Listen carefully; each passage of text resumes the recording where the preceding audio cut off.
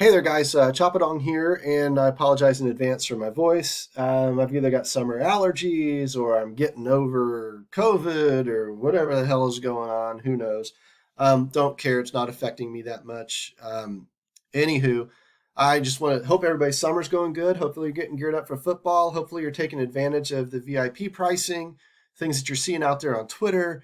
But today, we're going to talk a little bit of baseball because I got asked a really, really good question in here by my guy Nemitz, who asked about 20 max and it's been doing Scott's process, which is 7 teams, but narrowed it down to 4 teams and wonders if it's a good or bad move. And my answer is pretty much it doesn't matter what you want to do.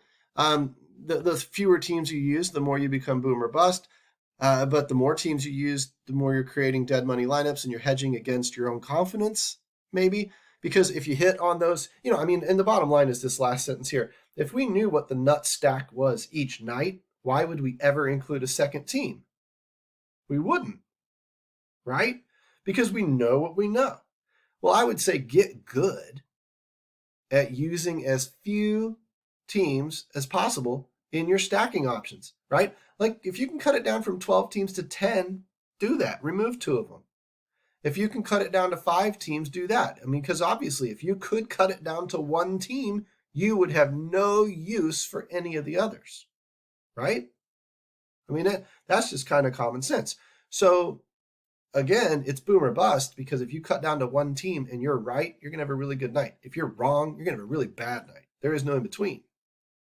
That's what all of the adding all of these teams and 2% here and 6% here and whatever, all that does is it just hedges. It just makes sure that you've always got a shot going, which is great.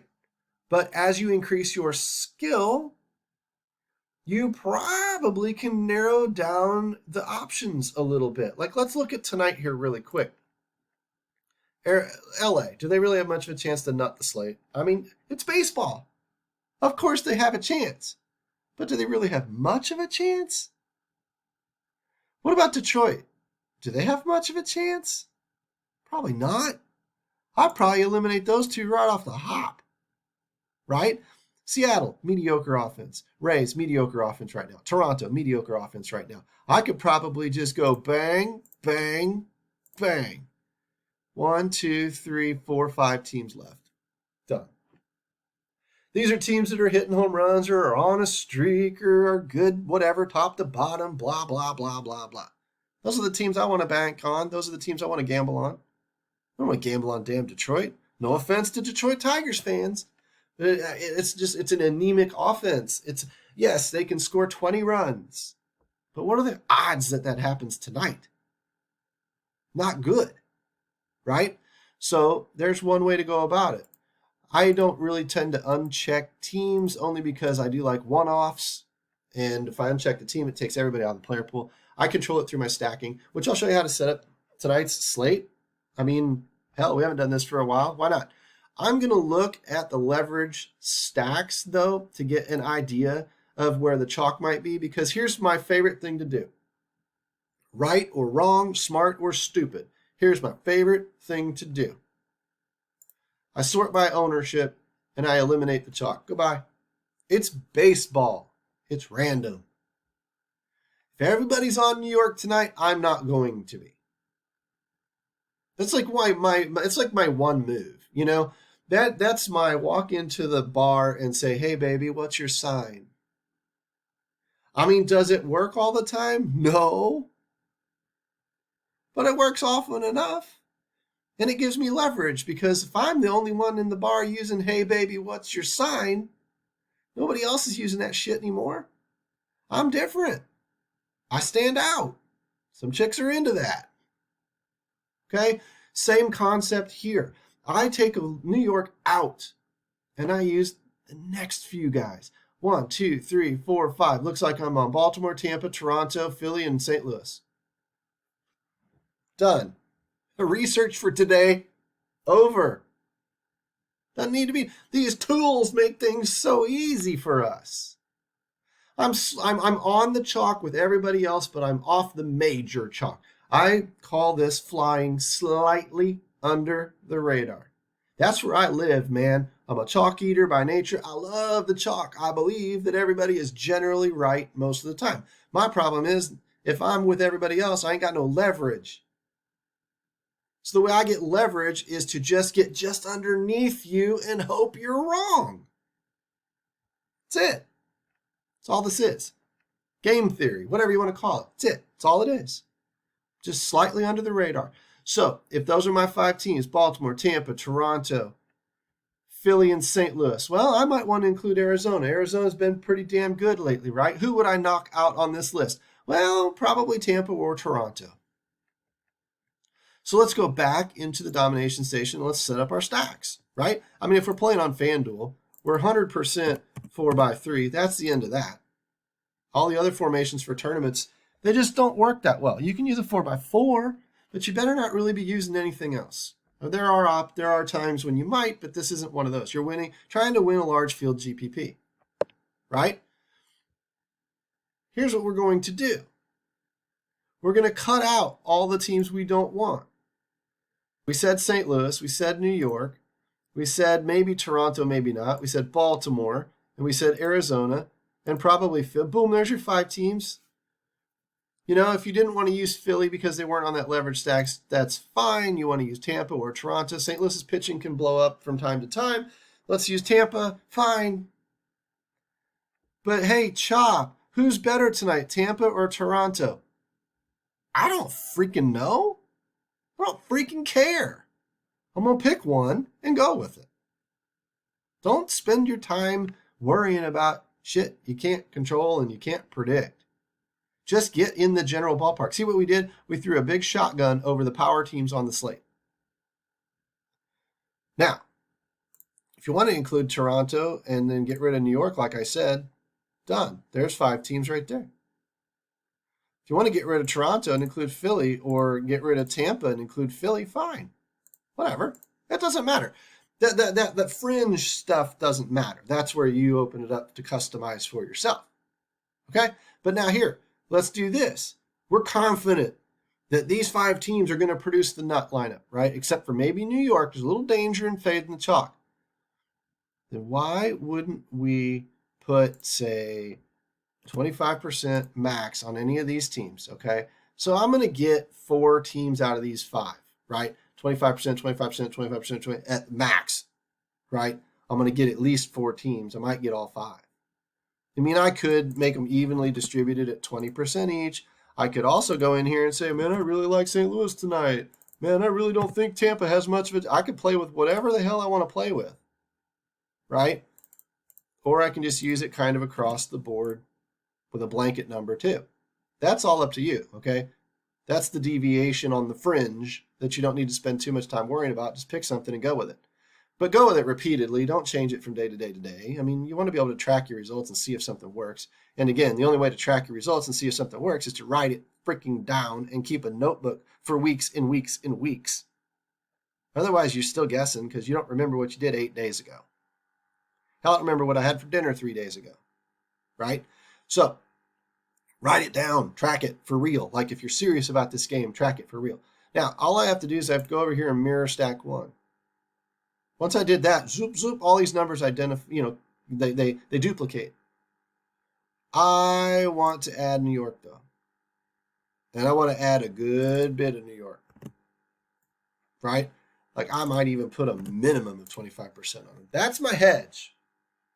I like using that chalk team, that big chalk team, in my small stack. I've still got exposure to them. That gets lineups through the cut line if none of my big stack leverage stuff pans out. It keeps me from having a disastrous night. Okay? Now, if New York falls on their head, a few of my lineups are really, really screwed. But if New York falls on its head, I got a shot to win here with all of these big stacks here that don't pair up with New York. Right? And that's what I really want. You see how I did that? Do you see how I kind of finagled the slate a little bit there? Now, what's the other way to set this slate up? Well, we got to talk about pitching. I mean, we just did the bats. 6, 7, 8, 9 hitter. Don't care. Don't care. I mean, if you're really hand building and you're really trying to control everything that you can, you want as few gaps as possible in your stacks. You want 2, 3, 4, 5, 6, or 2, 3, 5, 6, or 2, 4, 5, 6, or something along those lines, right? But if you are just shotgunning 50 to 100 to 150 lineups, or even 20 lineups or more, you don't need to worry about this too much. Just take them. Take what it gives. All right?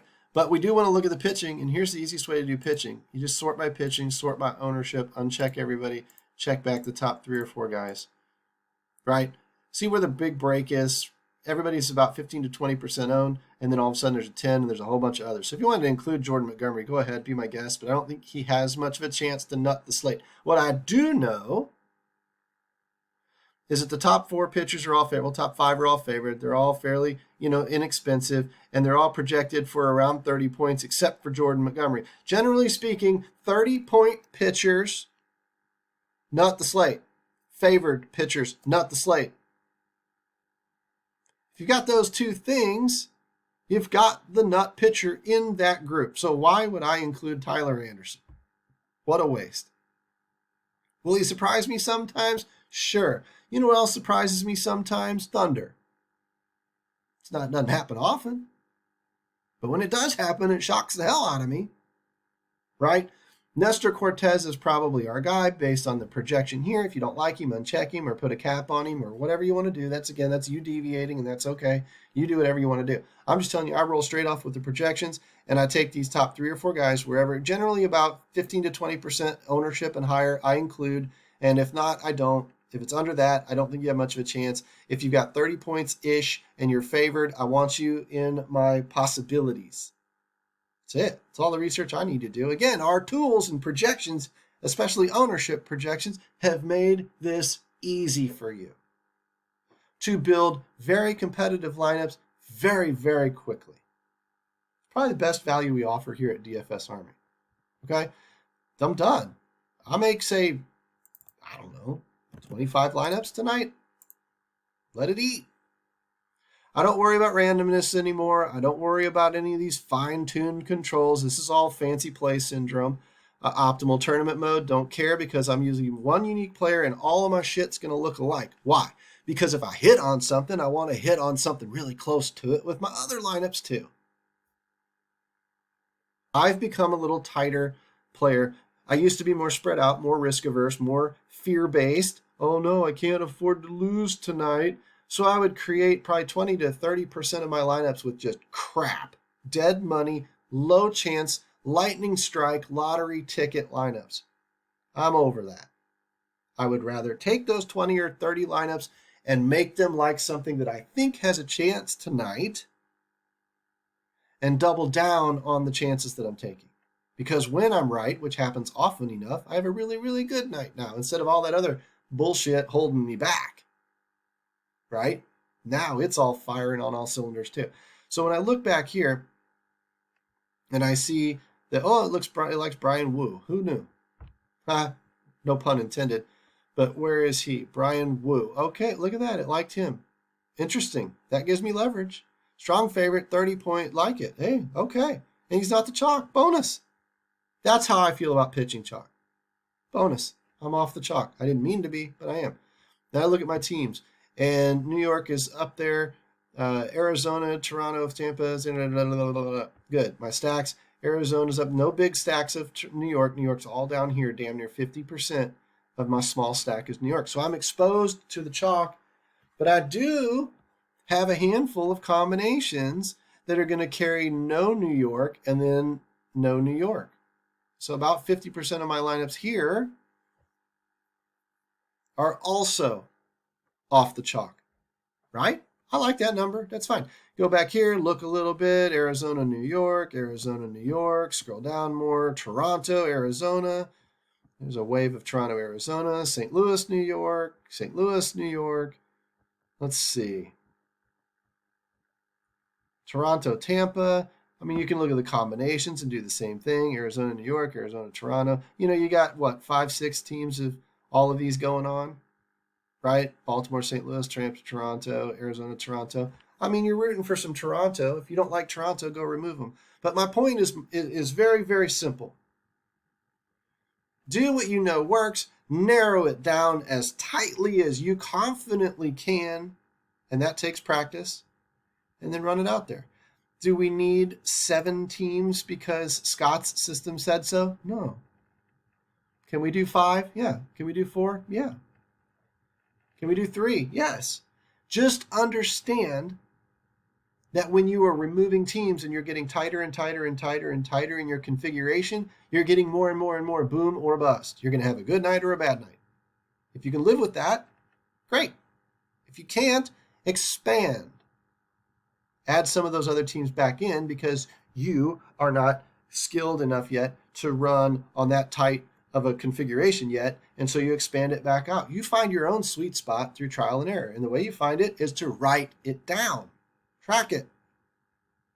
Everybody should have their numbers for the season so far. If you don't have your numbers for the season so far, you haven't been tracking it correctly, and you might as well be at square one and still be a rookie because you didn't learn anything. Start tracking it. Start writing it down. Buy an 80-cent notebook. We're going back to school out at Walmart. They're cheap. Go get a damn notebook. Start writing your shit down.